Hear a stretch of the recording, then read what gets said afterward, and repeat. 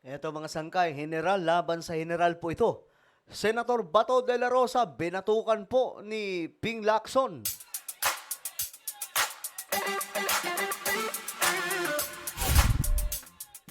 Hello guys, what's up? This is me, Sangkay Janjan. I'm back for another vlog today. So, eto.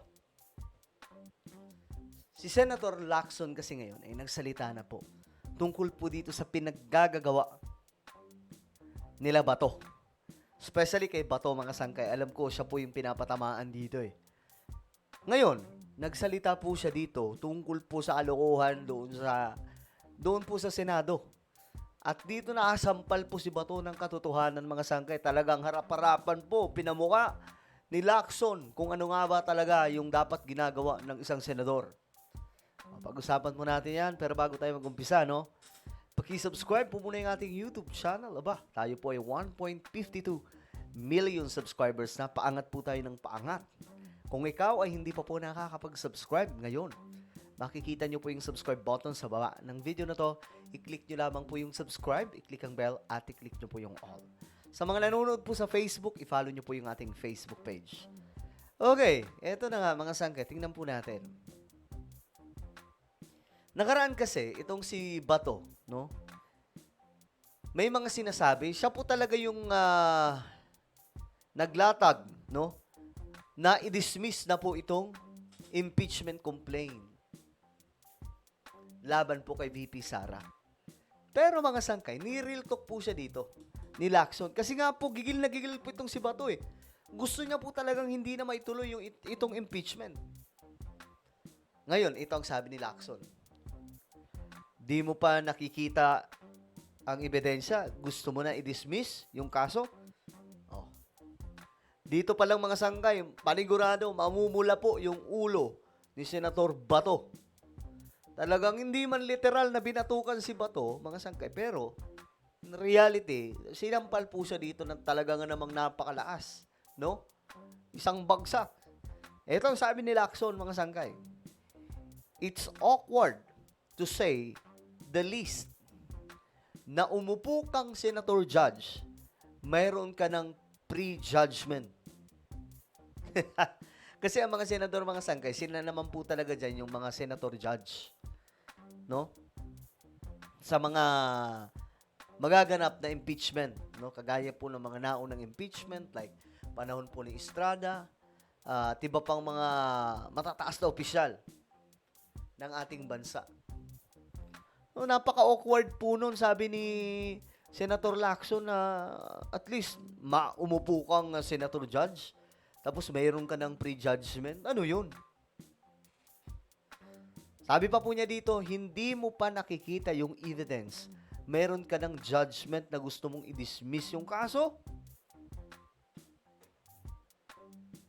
Talagang durog po dito si Senator Bato de la Rosa kasi siya po yung taong gigil na gigil po talaga. I know, mayroon din pong Robin Padilla, mga sangkay. Itong problema sa kanila. Masyado po silang sumasamba sa mga politikong ito eh. Hindi po sila yung tipong para sa bayan talaga eh. Kundi para lamang po sila sa isang personalidad. Kaya ito din po yung ginagaya ng ibang mga DDS, yung tipong nagpupunas na po ng paa mga sangkay, sumasamba na po sa mga politicians. Ito din po yung ginagawa ni Bato. Anong sabi ni Robin Padilla, no? Sabi ni Robin Padilla, sa daw po talaga ay talagang baka Duterte. Kaya ayaw niya po mga sangkay na matuloy itong impeachment laban po kay VP Sara. Hindi naman lang po nila inisip yung constitution natin. Kung gano'n naman pala mga sangkay, alisin na lang yung constitution, then mag-decide na lamang po ng naaayon sa iniisip nitong mga senador na ito, di ba? Hindi na po magbabase sa kung ano mang sinasabi sa constitution. Kasi sa constitution natin, wala pong nakalagay po doon mga sangkay na bago mag-proceed ang impeachment trial, kailangan munang marinig yung komento nitong ganito at i-dismiss kung kinakailangan. Wala pong ganun. Kaya nga sabi ni Lacson, nakapaka-awkward nito. Ikaw ay umupong senator judge, tapos meron ka ng pre-judgment. 'Di ba? Hindi mo pa nga nakikita yung mga ebidensya. Ang tanong dito, baka naman meron pong tinatago. 'Di ba? Ito, tanong lamang. Baka po mayroong tinatago kung kaya gigil na gigil po sila na wag magpatuloy itong impeachment trial. Kasi kung walang tinatago, mga sangkay, napakadali po nitong sabihin, sige, tuloy yan. Tignan natin kung sino mapapahiya. Kasi ako, paulit-ulit ko itong sinasabi. Kung makikita po natin na wala talaga palang ebidensya at malinis po si VP Sara sa impeachment trial, tayo po mismo, magtatanggol po tayo kay VP Sara at babanatan po natin itong mga nag-impeach. 'Di ba? Pero kapag mayroong ebidensya, yun lang. Ibang usapan po yun. Dito ng mga sangkay, medyo, medyo pag-isip ka ng kung anong question laban po kay VP Sara. Kasi, takot na takot sila na matuloy. Di baling maapakan yung institution natin. Huwag lang matuloy itong impeachment trial. Di ba, mga sangkay? Sabi po niya dito, hindi mo pa nga nakikita yung mga ebidensya. Mayroon ka ng judgment na gusto mong i-dismiss. Kita nyo na? Alam nyo, magpasalamat lamang po sila kasi itong si Lacson, wala pa po sa kailangan pa po sila sa 20th Congress. Pero, papasok na mga sangkay. Ang pagkakaalam po natin, tatawid po ang impeachment sa 20th Congress. Iyari sila dito. Bakit? Ito, Lacson.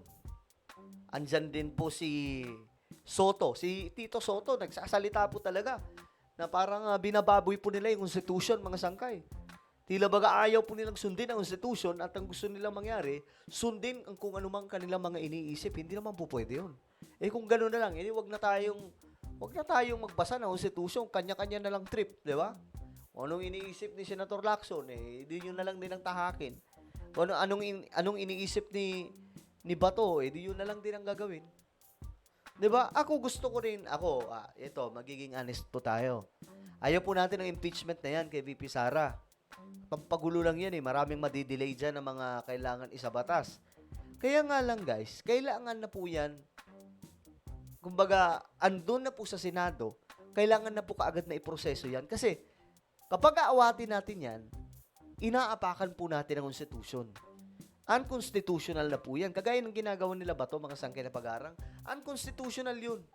Wala naman po yun sa Constitution na i-dismiss nang hindi pa nagkakaroon ng trial itong impeachment complaint laban po kay VP Sara. Lalong-lalo na nandun na po sa Senado yan. 'Di ba? Ang bihira, nakakahiya.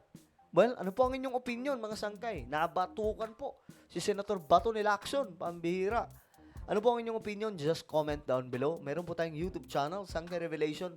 Hanapin nyo po ito sa YouTube. Kapag nakita nyo na, i-click nyo po yung subscribe, i-click ang bell, at i-click nyo po yung all. Ako na po ay magpapaalam. Mag-iingat pong lahat. God bless everyone.